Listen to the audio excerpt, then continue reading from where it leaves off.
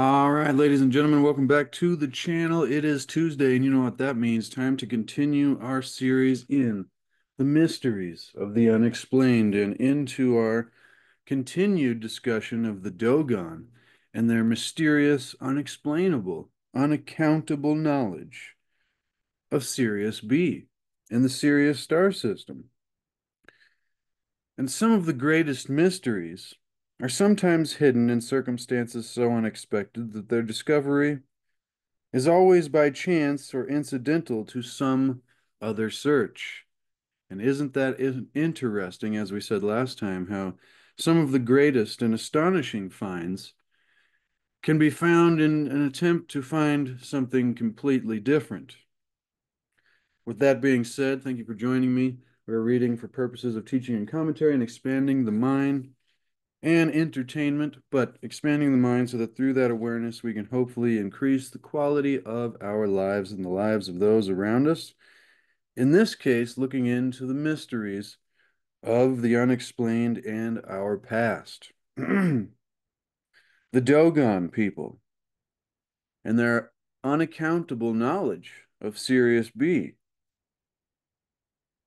In southern Mali, where the Niger River makes a great bend, live the Dogon people, poor farmers who still live, many of them in caves in the Hambori Mountains. The nearest cities are Timbuktu to the north and Ouagadougou, don't know how to pronounce that one, to the south, Upper Volta. In outward appearance, there is little to distinguish the Dogon from the other West African peoples, and yet they, along with three related tribes, may have preserved in religious secrecy for many hundreds of years information about a phenomenal and a phenomena, rather, of the greatest rarity. For preserved at the core of the Dogon's deepest religious teachings is detailed knowledge about a star that is quite invisible to the naked eye and so difficult to observe even through telescope that no photographs of it were obtained until 1970. The Dogons say that this knowledge, which they disclosed to a French anthropologist in the 1930s and 40s, was given to them by visitors to the Earth from another star system. This, ladies and gentlemen, is fascinating because it's not just knowledge of Sirius B, which once again was unobservable even through telescope until photographs were obtained in the 1970s. Yet they've known about this for centuries, and it's not only, once again, the knowledge of this, but the fact that to them it is a deeply spiritual, a deeply religious teaching, understanding, philosophy, and knowledge. And so let us continue. The star that they describe, known to astronomers as Sirius B, and to the Dogon, it was known as Po Tolo.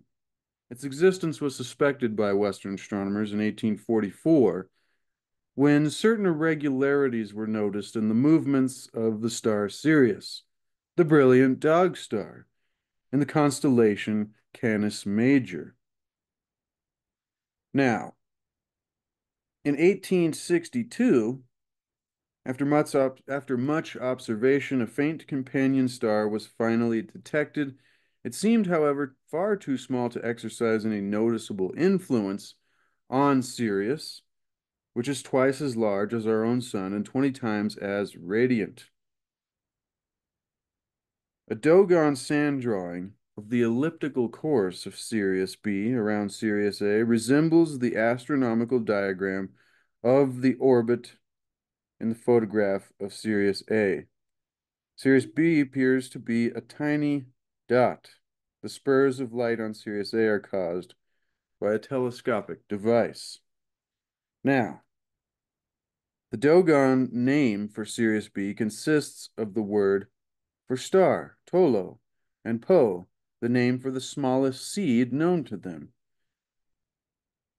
which is a variety of crabgrass. But by this name, they describe the star's smallness, They described it is that they say the smallest thing there is. They also claim that it is the heaviest star, since in it the element Earth is replaced by an immensely heavy metal called Sagala, so heavy that all earthly beings combined cannot lift it.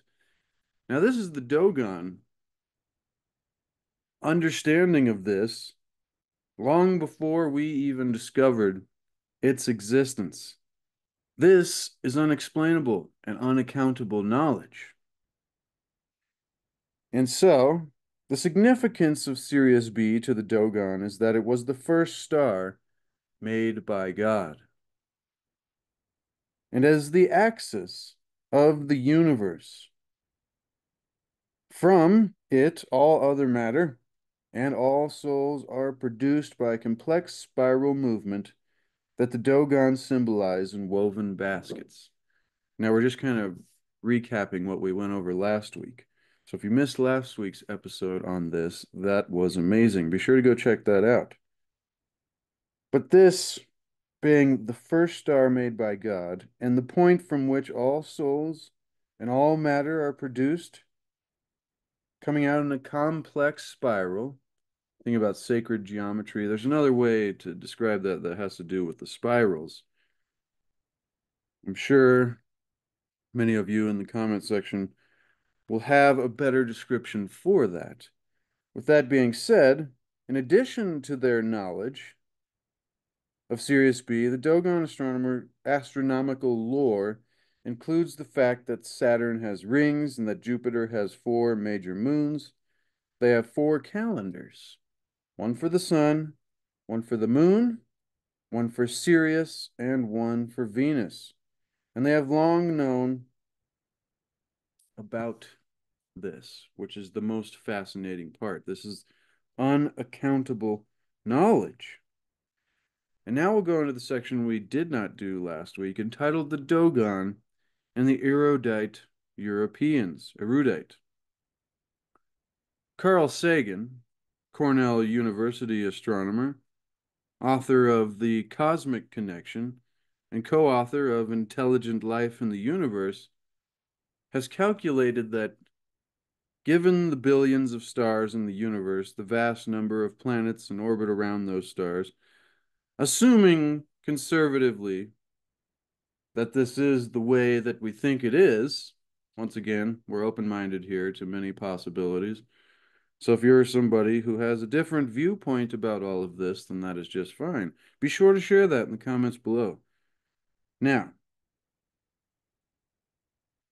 assuming conservatively that even a small percentage of stars have planes, planets, realms, planets is what it says. In the incredible age of the universe, it is virtually a statistical certainty that intelligent life has evolved over and over again, and that many civilizations must actually be far older and more advanced than our own. This was the opinion of Carl Sagan. That would seem to lend weight to the possibility that the Dogon, source of information, was, as they report, some kind of intelligent visitors. It used the term here ancient astronauts, but, you know, that was the basic starting point. 15, 20 years, 30 years, 40 years, quite a long time ago, this idea of ancient astronauts and ancient aliens. But I'm of a firm belief that everything isn't answered by aliens, ladies and gentlemen. It's not always aliens. To me, that actually seems to be a very simple cop-out. Like, oh, unexplainable things? Must have been aliens. It's like, okay. Like, but really, like, come on. Was there no opportunity for us to have been more advanced in the past than we are today? Well, our history would say no, and the mainstream narrative would say no, we've never been more advanced than we are today. But somehow we cannot account for all of the great feats and achievements and the great knowledge that has barely survived well, the feats and achievements have survived greater, but the knowledge has had a hard time surviving. Anyways, you see where I'm going there. I'm rambling. If you haven't joined me before, then you'll be learning as we continue that I like to ramble and share my own opinions on things that I'm going through, my own extrapolations. Now, continuing here, this Dogon source of information came to them. We talked about it last week. The instructors, they came to Earth somewhere to the northeast of the Dogon's present homeland. And they were called the Nommos, Nommos. According to the Dogon art, the Nommos were more fish-like than human, and they had to live in water. And they also consider them saviors and spiritual guardians, ladies and gentlemen. But even if it is a amphibious being or a fish-like creature, a fish man, does it still have to be aliens? I'm like, come on. There's got to be more to this. How much do we even really know about our own oceans? This is an interesting topic nonetheless, and this is why I'm here. Just to share things that I think are interesting and that I think people should have a little bit of thought about. So thank you for being here, ladies and gentlemen. I love and appreciate each and every one of you that spends time here with me and the mysteries of the unexplained. Now, continuing with the Dogon and the erudite Europeans, but Sagan, Carl Sagan now again, while believing in the existence and capabilities of extraterrestrials, also believes that the evidence in this case points in a different direction, ladies and gentlemen. He agrees that the Dogon have knowledge impossible to acquire without the use of equipment such as a telescope. The straightforward conclusion is that they had contact with an advanced technical, it doesn't say technological, technical civilization. The only question is, Carl Sagan says, which civilization? I'll ask, was it a breakaway civilization from the past, coming back to remind certain groups of us about important information? Or was it us from the future returning to the past? Or was it the simple answer that many seem to use, is it was just extraterrestrials? It was aliens. Or, as Carl Sagan says, was it extraterrestrials or European? Well, Western astronomers first deduced the existence of Sirius B in 1844. It was not actually observed until 1862, and it was recognized as a white dwarf, incredibly dense, composed of electron degenerate matter. In 1928, all of this information is accurately expounded upon by the Dogon long before this information was discovered by Western astronomers, which is the amazing and unexplainable, unaccountable knowledge. But Carl Sagan has an idea here. Now, all of this information is accurately expounded upon by the Dogon, but because their complex cosmology, working through spiritual traditions, which I think is important. I think, all of this science that we do nowadays being separate from spiritual or the metaphysical is kind of gives a lack of full understanding. I think when you begin to meld the two together, you can begin to get a deeper nature of the understanding of reality. Now,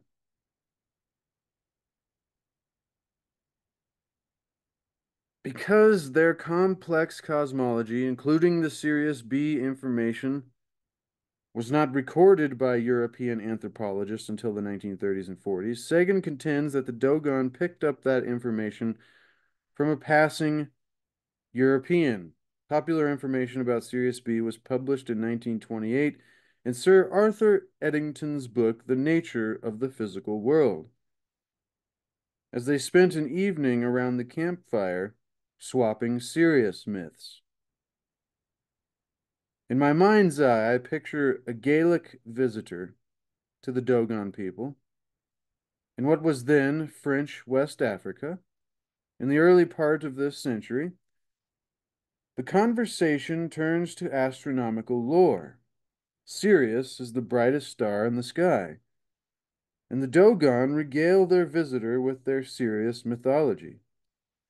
Then, smiling politely, expectantly, they inquire the visitor what his Sirius myths might be. At first glance, this might seem to be a plausible scenario, but several crucial problems arise. The first one I'm thinking is they had this knowledge long before some Gaelic visitor could have regaled them with his knowledge of Sirius B, because they had been practicing cultural spiritual traditions related to Sirius B for a very long time, saying that they were visited by the Nommos from the Sirius system in ancient times.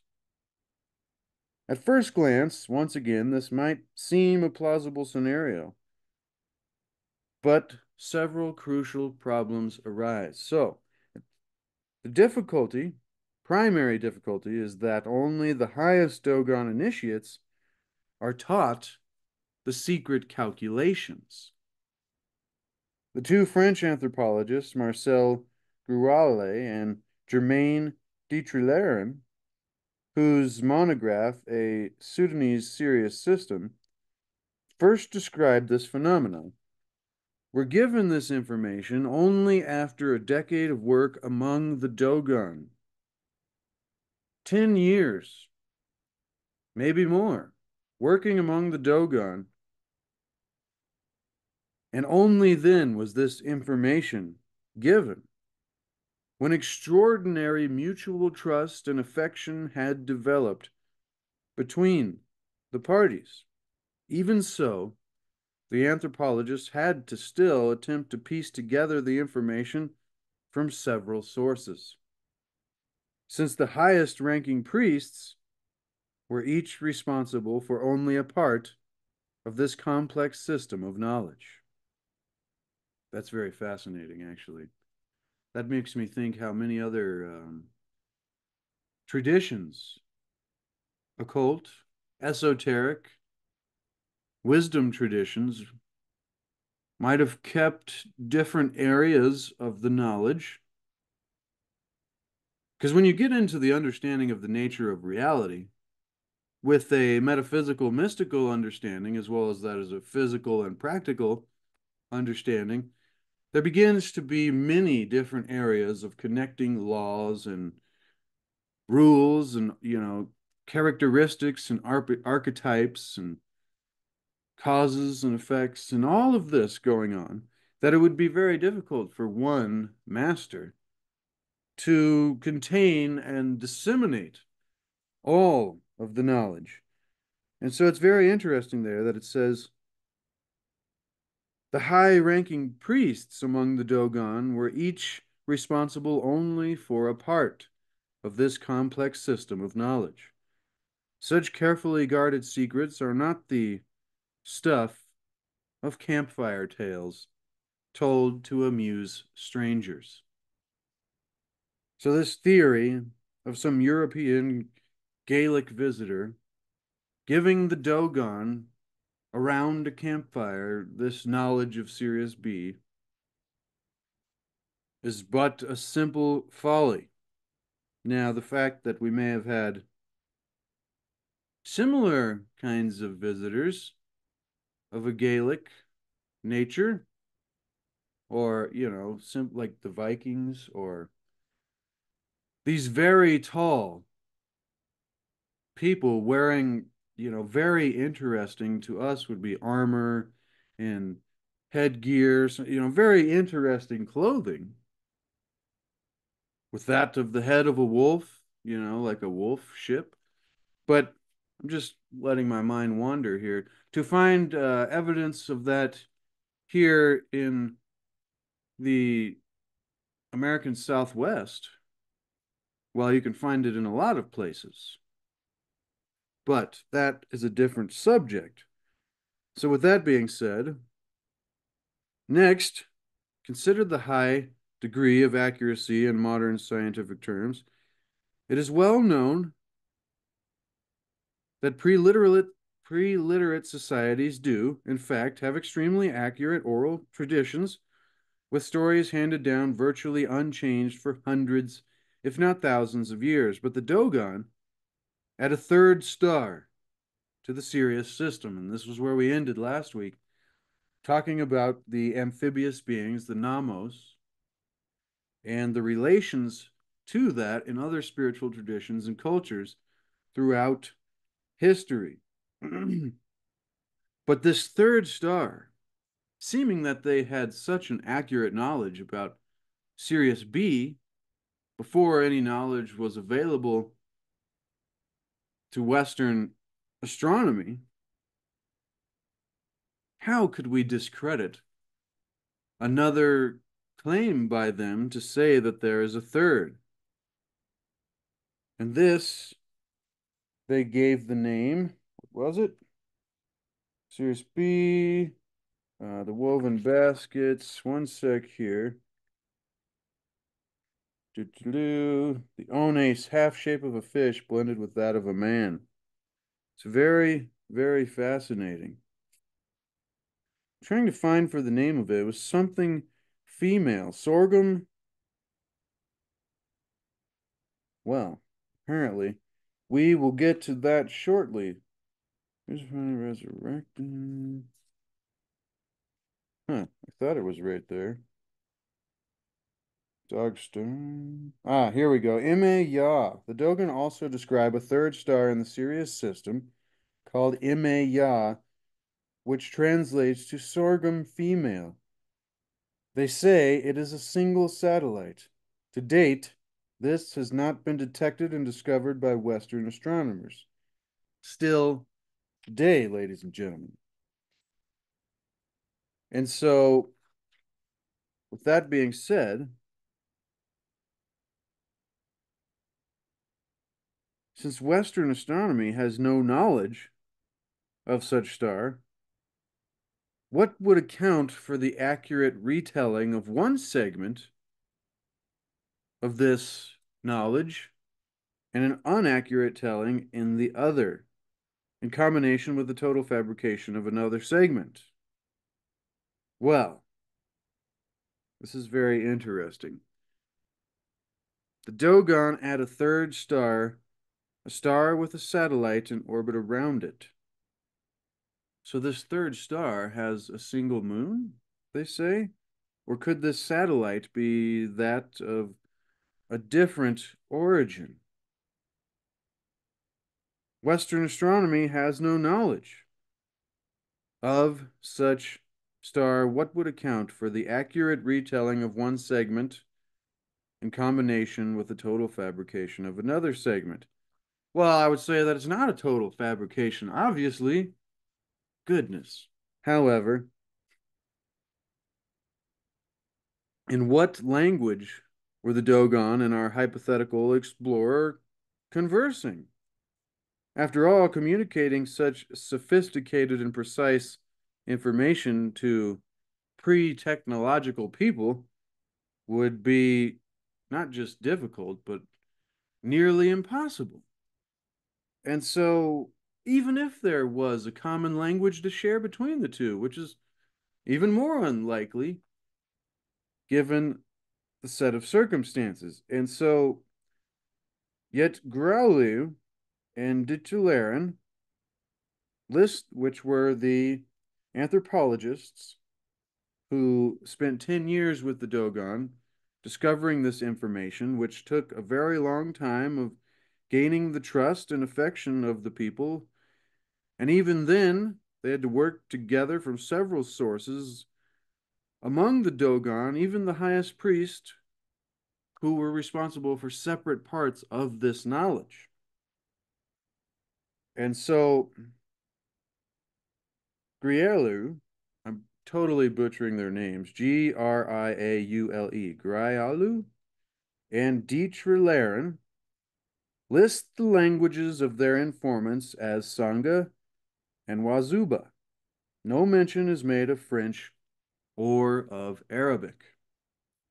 Another European has his own explanation of the Sirius mystery, as reported in 1973 in the Journal of British Astronomical Association. Its author, W.H. McCrae, suggests that all the information that the Dogon have about Sirius B could have been derived from a mirage of Sirius A. Once again, sounds like another cop-out to me, but let's see what he has to say. A mirage of Sirius A observed over the desert during its annual helical setting. That is, when Sirius and the sun set together at almost the same time and at the same point on the horizon. At such a time, McCrae suggests, a mirage of Sirius A would be seen below the actual star, setting first, and the second star would seem to be heavier, quote unquote, than the main star, and it would also seem fainter and therefore smaller. The defects in this attempted explanation are as follows. Number one, McCrae is wrong in supposing that the Dogon say that Sirius B is visible once a year. They claim no observations of the star. Number two, McCrae says that Sirius A and its mirage. Wait a minute, so that's even more fascinating about this. Not only do they have this knowledge of this star and its characteristics and being a white dwarf and, all of these things that have been described, they also claim that they have never observed it. What? So wait a minute, you're telling me this is something you have never observed, which of course it is impossible to observe with the naked eye. But so they have such a great understanding, not only an understanding, but a spiritual tradition and a philosophy that goes back to ancient times, and they have never even observed this. So it's like they have a firm knowing, not a belief, but a knowing that this is there and this is extremely important religiously, spiritually. That just amazed me. They don't even claim to have ever seen it before. They're like, no, we just know. Like, you don't have to convince us. We already know. You guys can fight and argue about it till you feel like you know, but we don't need no proof. It's very fascinating when you have that kind of knowing and certainty. It's impressive, ladies and gentlemen, and it makes you wonder where that kind of certainty and knowing comes from.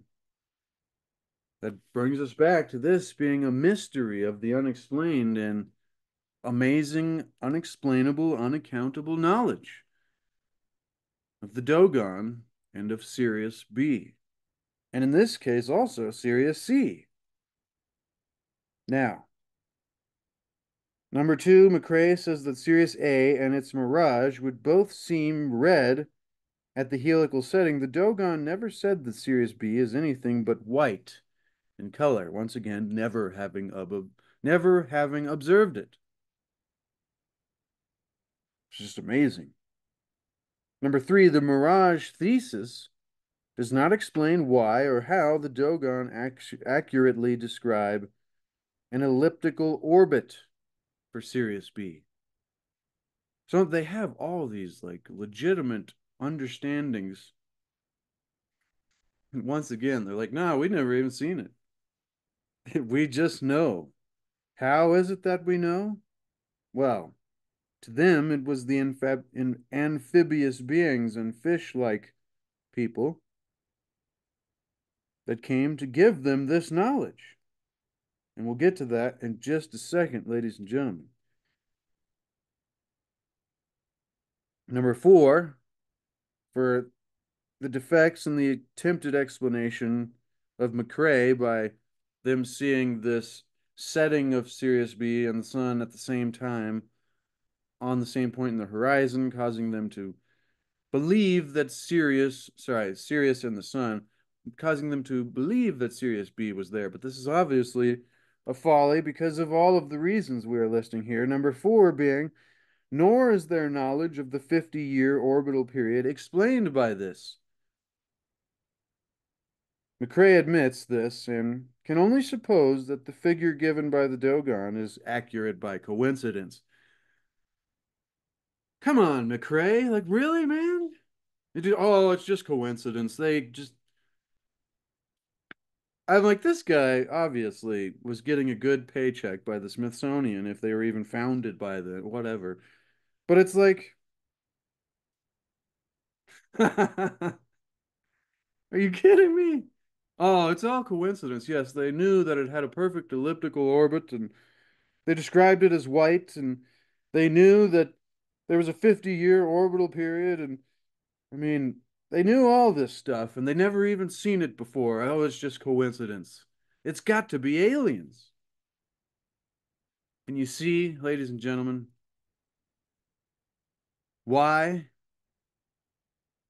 I mean, it's like there has to be like some kind of group of people or somewhere, the gatekeepers, whatever you want to call them, that are like that have convinced many of those who have a say in important fields and discoveries and understandings of this concept that anything that is unexplainable has just got to be some kind of coincidence. It's just can't be real. I mean, this brings me back to the very beginning of this book. It's like, what did it say? The present is our only point of reference for the past and the future, and our awareness of any happening must obviously occur somewhat after the actual event. What then are we to make of what happens? Anomalies and coincidences are related phenomena in that they both are departures from the expected time frame. Where was it? Was it at the very beginning here? Close in importance to the basic human needs for food, shelter, and companionship comes the urge to create an orderly world governed by dependable rules and to develop a reassuring structure of belief. This urge, since the beginning of recorded time, has provided a receptive audience for the seers, scholars, scientists, and experts of every persuasion. There has never been, nor is there likely to be, a shortage of authorities ready to find reasonable explanations for all observed phenomena and to provide solutions for the mysteries of the universe. But as we see, they say, well, oh no, it's coincidence. It's unexplainable. In the past, there are events that seem to say that our rules and our beliefs and our common sense may even sometimes let us down, and this is more often than not. And so,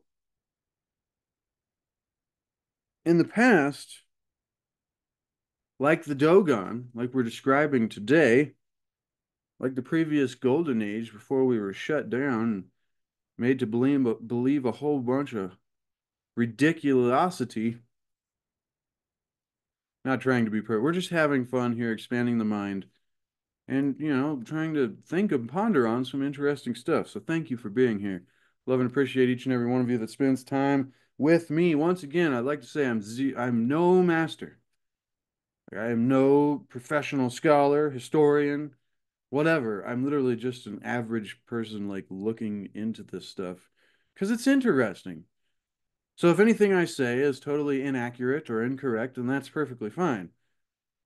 that, please correct me in the comments, and I appreciate it so we can continue on. I had an interesting comment recently. That was like, it was when I was going over the Hermetics, and they're like, you should stay away from this. You're going to end up, in bondage and go to hell. I'm like, okay, like, that's hilarious. I'm like, from my perspective, the Christian version of hell was something that was invented to scare the heck out of people so they would continue to come back to the church for saving from the sin that their God gave them. We need to be saved from the sin that our God gave us. This is ridiculous. And I believe, no, with no certainty, just kind of a vague impression that the Holy Roman Empire, or, whatever that be at the time, really not, but at some point in the 15th, 16th, maybe even 14th century, that's a long time spread, but I believe they came up with this art that depicted, hellfire and brimstones and demons and devils and this really scary stuff that before that time, that wasn't the mental imagery that was given for any of this. Now, this is just my own opinion. And so somebody did also comment that comment when I replied, all right, hell was just a 15th century, creation to scare the crap out of people, to make us be good little sheep so that we would continue to come and support the rulers or whatever. But if, if the dates or the exactness of that is incorrect, that wasn't my purpose. I was kind of being, I think you know what I'm saying there.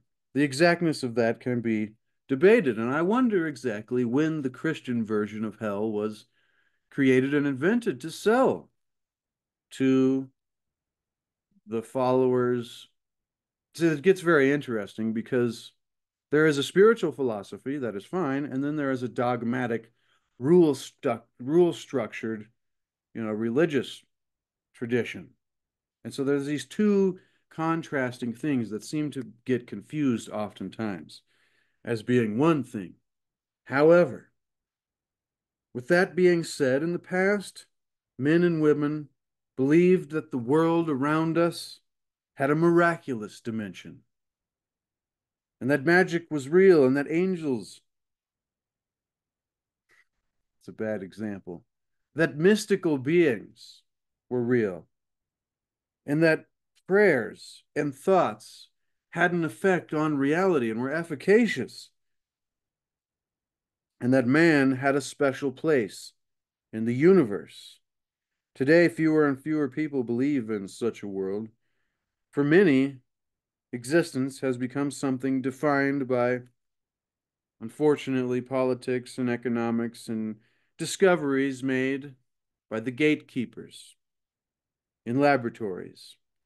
And yet, an instinct for the unknown persists, and a conviction also that not everything in our lives can be cut and dried by the statisticians or controlled in the halls of government or defined in a test tube.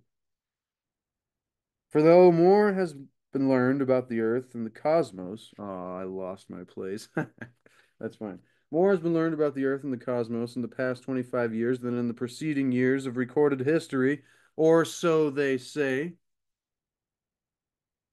The more we have probed into, the more mysterious the world has become.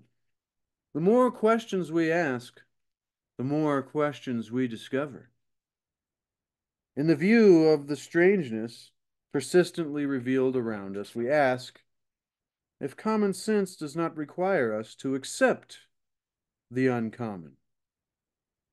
Should we not abandon our conventional notions of the laws of nature?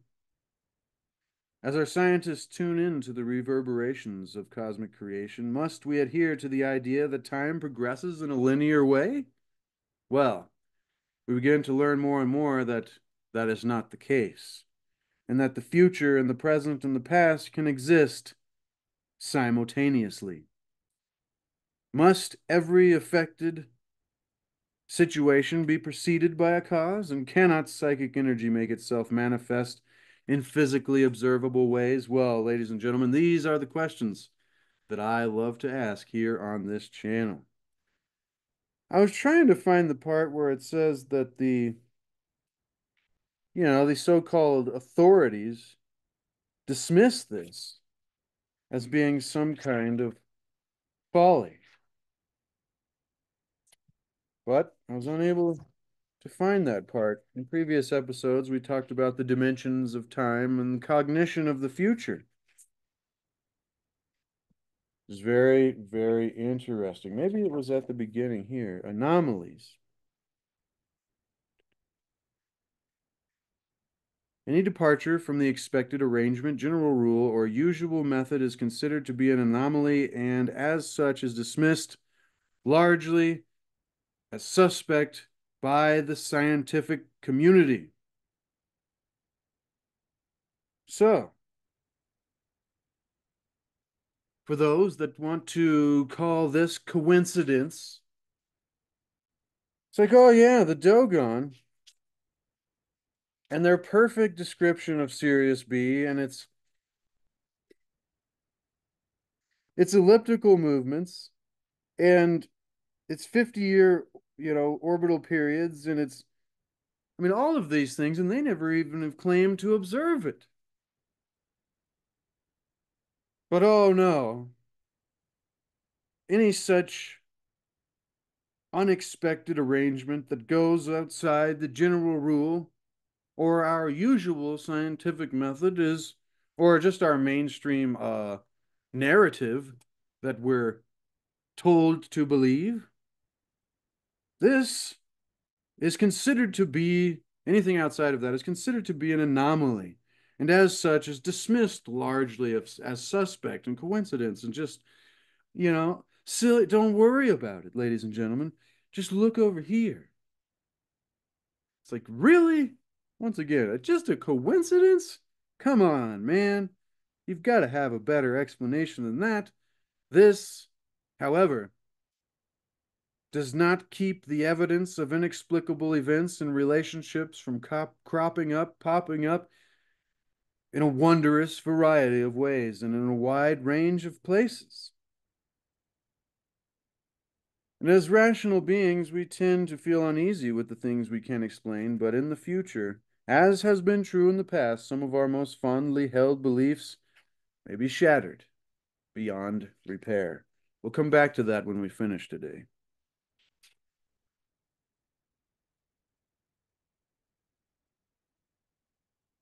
Now we continue with the Dogon. They say that their astronomical knowledge was given to them by the Nommos, amphibious beings sent to Earth from the Sirius star system, for the benefit of humankind. This knowledge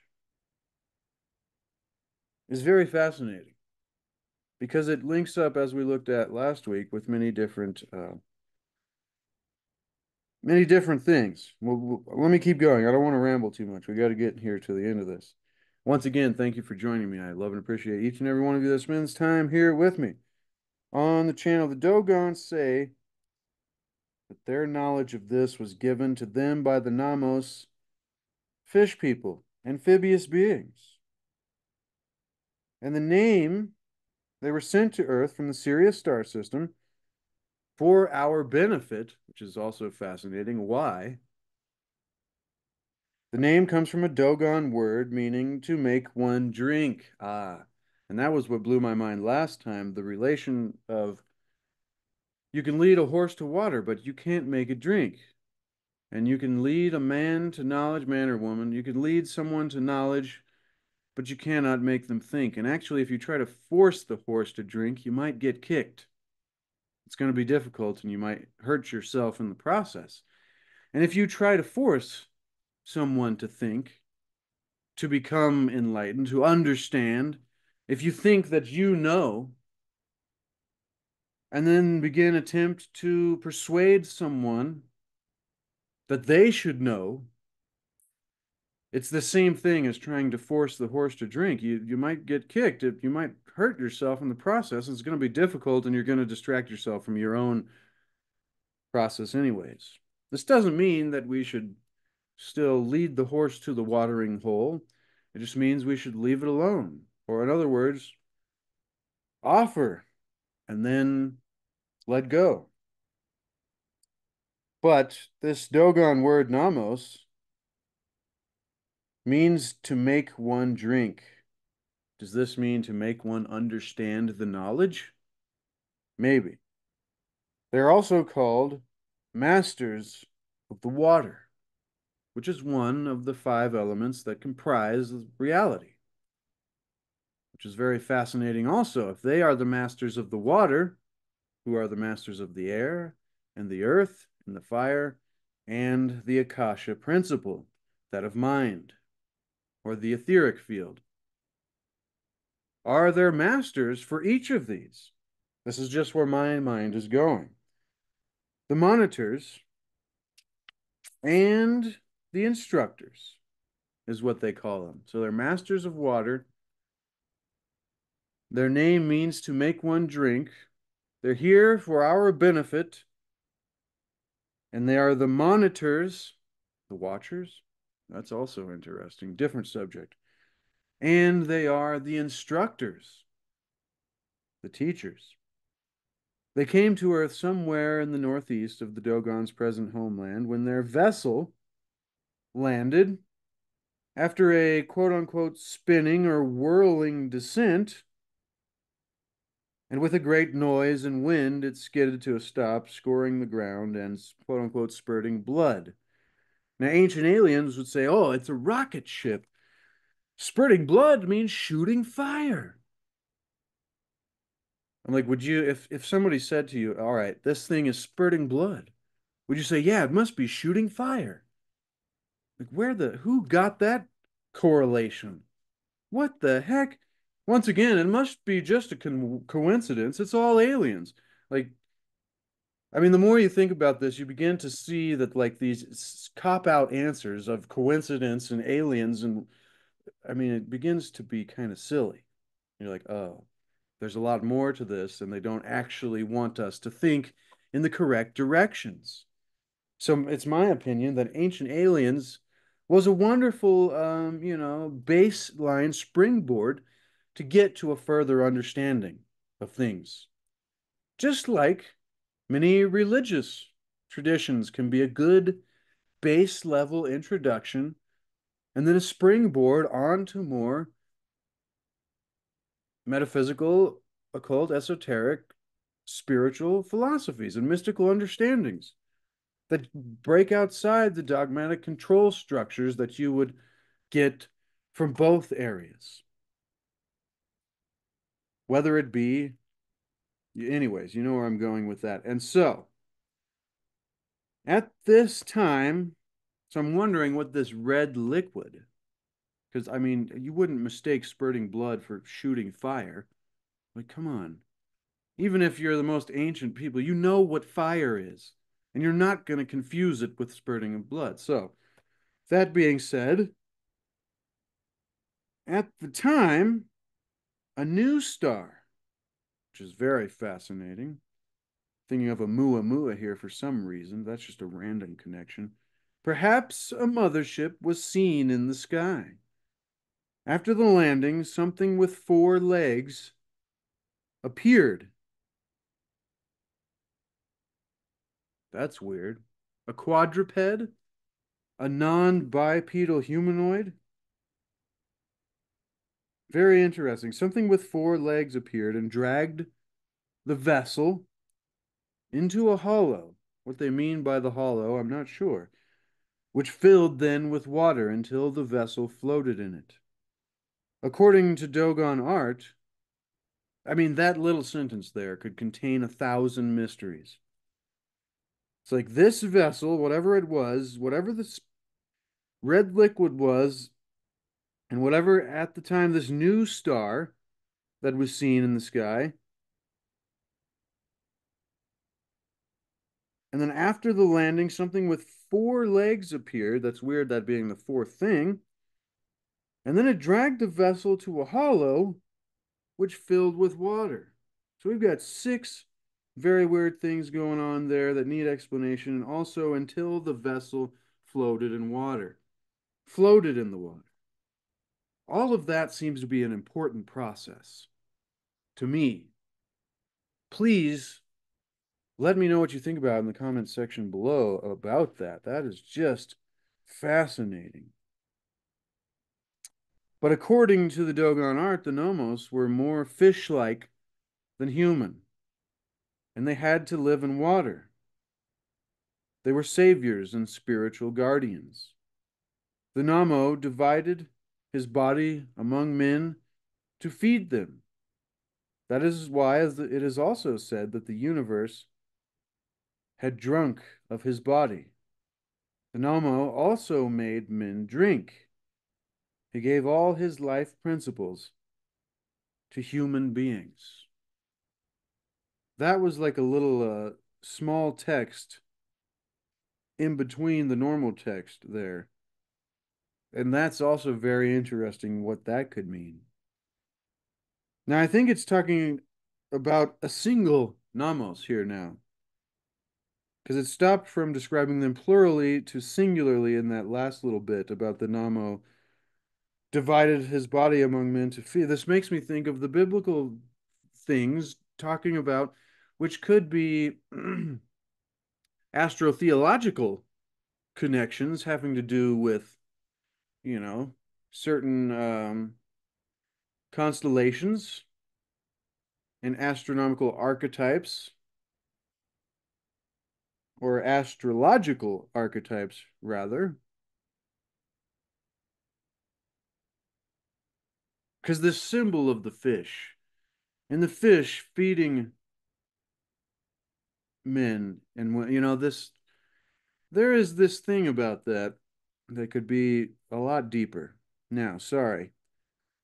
The Nommo, singularly, was crucified and resurrected in the future and will again visit the earth, this time in human form.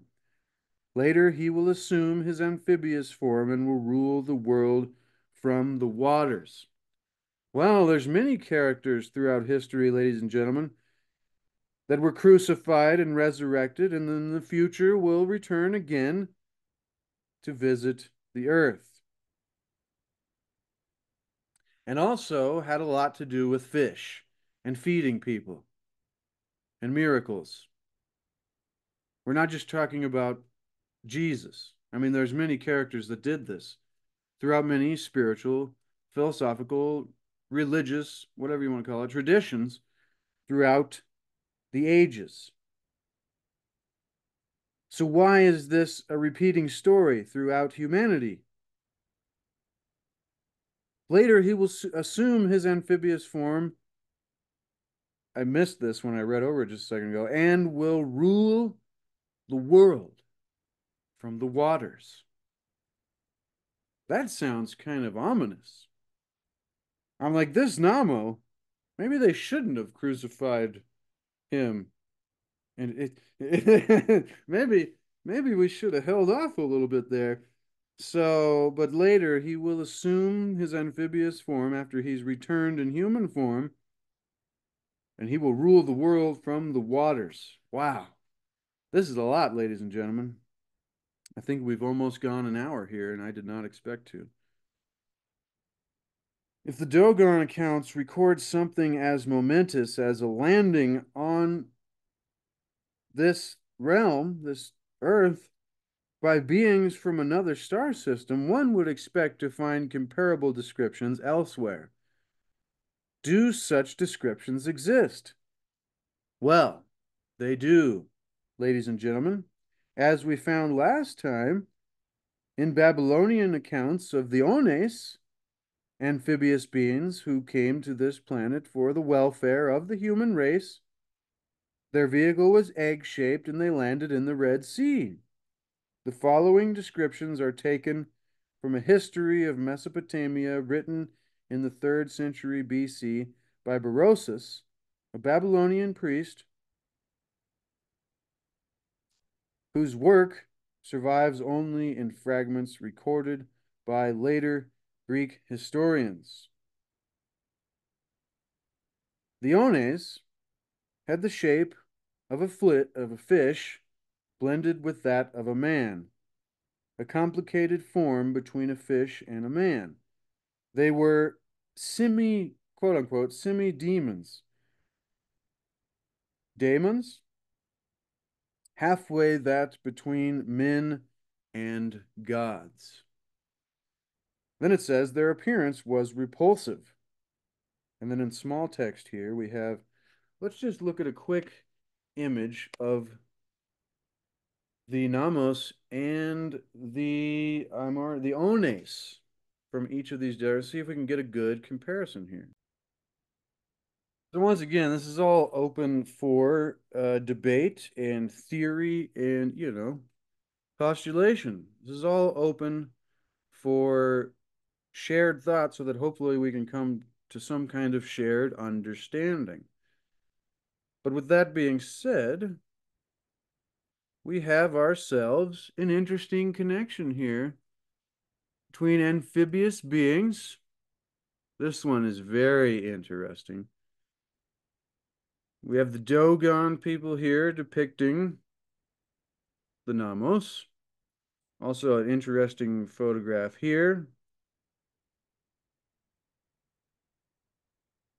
And then we have the Oannes, which is once again very, very interesting. And then we have Nimrod, the fish god.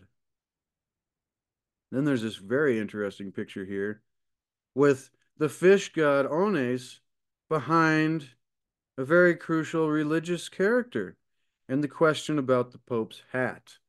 But I think that kind of goes away from what we're looking at here with the connections throughout many cultures.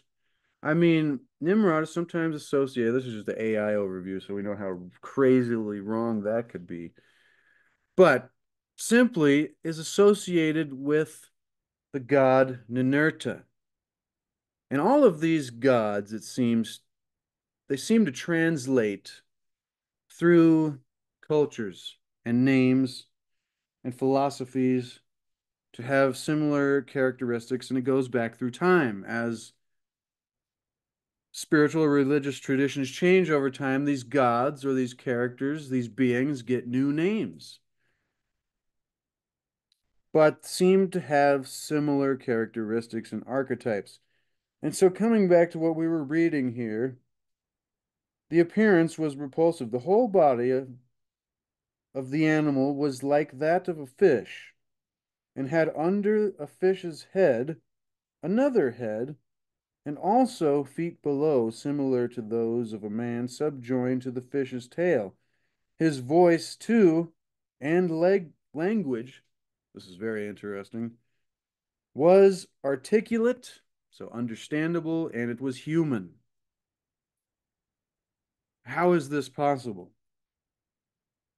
This being in the daytime used to converse with men, but took no food at that season, it says, and he gave them an insight into letters and sciences and every kind of art. And see, this is repeated many times throughout many spiritual philosophical traditions, is that we were taught the knowledge of sciences and of language and art. He taught us how to construct houses, how to found temples, compile laws, explain to us the principles of geometric knowledge, sacred geometry, and in short, instructed us in everything which could tend to soften manners and humanize mankind. When the sun set, it was the custom of this being to plunge again into the sea and abide all night in the deep, for he was amphibious.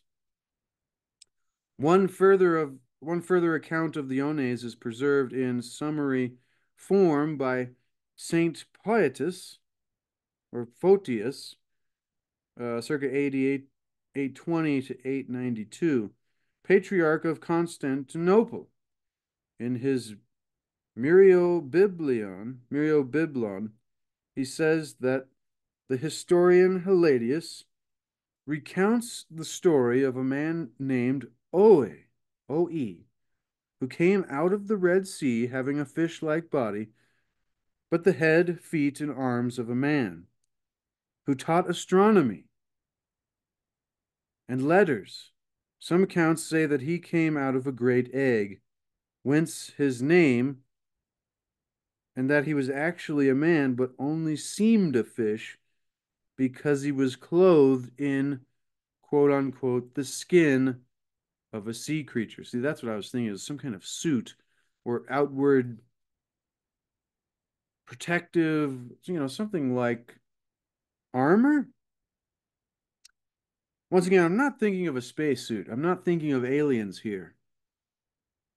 There's more possibilities than that, and that is a cop-out to me. But it is possible that the Dogon Nommo and the Babylonian Oannes are different representations of the same exact event.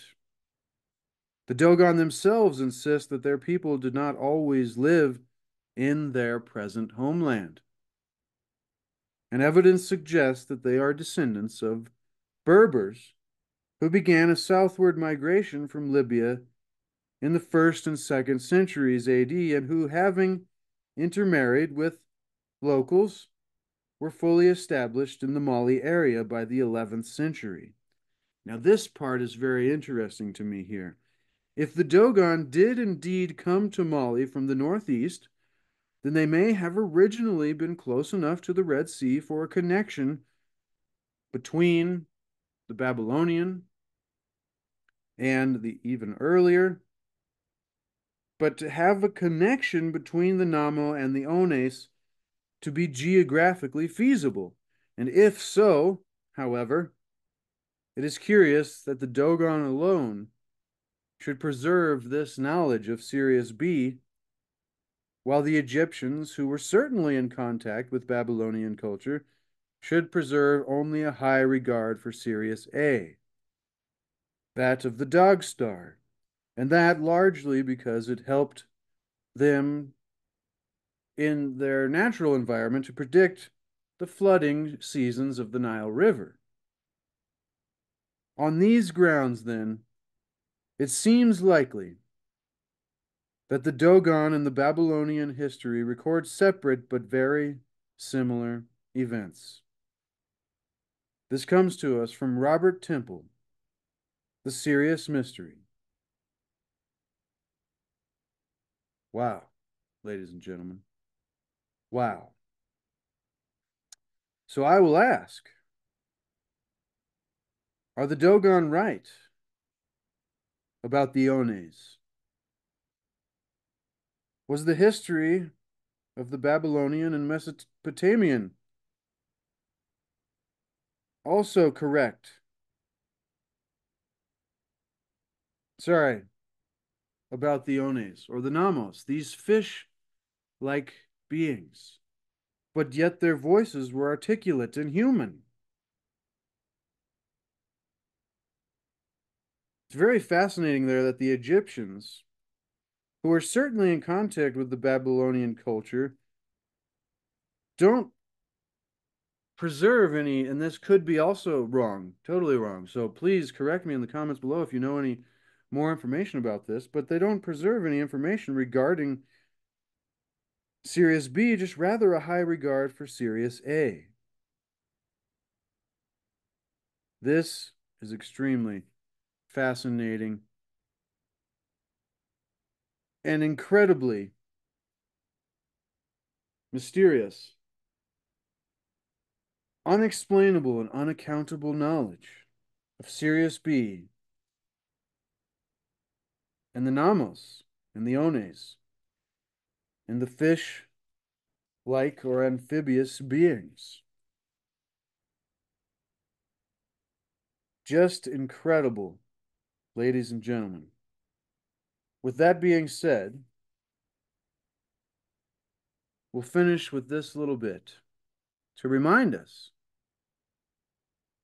that any departure from the expected arrangement or general rule or mainstream narrative of reality is considered to be an anomaly and is usually as such dismissed as largely suspect by the scientific community. This, however, does not keep us from seeking to discover the lost wisdom of the ages and the mysteries of our history. This does not keep the evidence of the inexplicable events and relationships from cropping up in a wondrous variety of ways and in a wild range of places. The world is a museum of anomalous history, filled with the curious and the incredible, ladies and gentlemen. The curators and the scholars, and those who are open-minded, the seekers, I would say, of the greater mysteries, willing to look where those would usually say, oh, this is just coincidence. It's largely suspect. We must dismiss this. But those that are the seekers, the curators and scholars of this world, are predisposed to look askance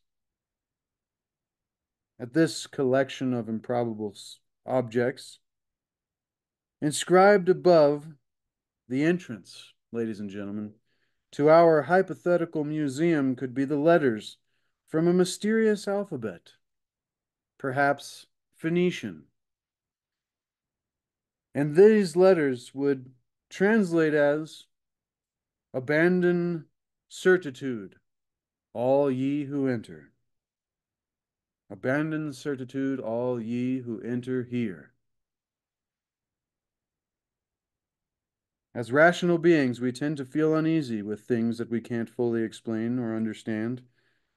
But in the future, as has been shown and as is true in the past, some of our most fondly held beliefs and understandings will most certainly be shattered beyond repair. And that, ladies and gentlemen, is a boon to the unexplainable, unaccountable, amazing knowledge of the Dogon and Sirius B and the Oannes and the Nommos and the amphibious fish beings or fish people that are also referenced in many other places throughout our story, throughout our time, throughout this era, however you would describe that. This is just amazing, ladies and gentlemen, just fascinating. I think we'll leave it there. I'd like to say thank you so much. That was a boom to the Dogon, Sirius B, and the Nommos. Thank you so much, ladies and gentlemen. Remember to seek to achieve and maintain happiness through enlightenment. Seek to discover the lost wisdom of the ages and the mysteries of our history. And so hopefully through this enlightenment, through this greater understanding and the awareness of reality and the nature of reality and ourselves and spirituality and philosophy, psychology, all of these, we can hopefully create a greater quality of life for not only ourselves, but the lives of those around us. Also, remember, ladies and gentlemen, that there is no way to happiness, because happiness is the way. It is the activity that we must create the ability within ourselves to bring to life. And when we can do that, then all the things we've been telling ourselves, oh, I'll finally be happy when I get this much or have that, become irrelevant, because then we are there, and hopefully the entire journey is wonderful. All right, ladies and gentlemen, thank you so much. I love and appreciate each and every one of you that spends time here with me. Be sure to expand the description to get this book, literally the same giant hard copy, for yourself so you can put it on your shelf and follow along in future episodes of this series, as well as just to have for personal reference. because it's really fun to go back and look at some of the mysteries of the unexplained. And then you can begin to do your own research in many of the different areas and topics that are brought up in there. I also created a Patreon for this channel specifically. I had one for my other painting channel, which is CLC Paint, where I do landscape paintings. I haven't done any full videos. I have a ton of hour-long full painting tutorials on there if you'd like to learn how to do some Bob Ross style painting and listen to me and my silly ramblings while we're doing that. I'm trying to explain how to do so. However, so if you want to support the Patreon for this channel, support the work we do here, even if it's a couple bucks, it really makes a difference for us to continue what we do here. But more importantly, for yourself, give yourself the gift of health. I have a link to C60 Power, the ultimate antioxidant known to man, 100 times more effective than that of vitamin C. It's a Nobel Prize winning, discovered by Buckminster Fuller. So if you haven't checked that out, please do a little research on that and give yourself the gift of health, ladies and gentlemen. Also, a link to my Etsy shop and my landscape paintings. All right. Until next time, ladies and gentlemen, thank you so much. Once again, I love and appreciate each and every one of you. Be the change you want to see. Be the example that you want to set. No, no, no, no.